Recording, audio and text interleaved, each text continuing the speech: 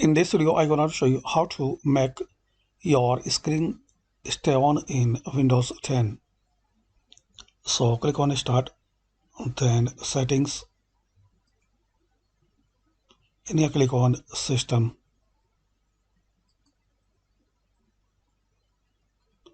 Now click on Power and Sleep. Now screen on battery power turn off after. So select in this list Never.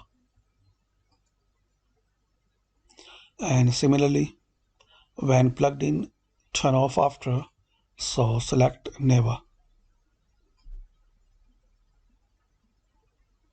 Similarly, sleep in here select Never.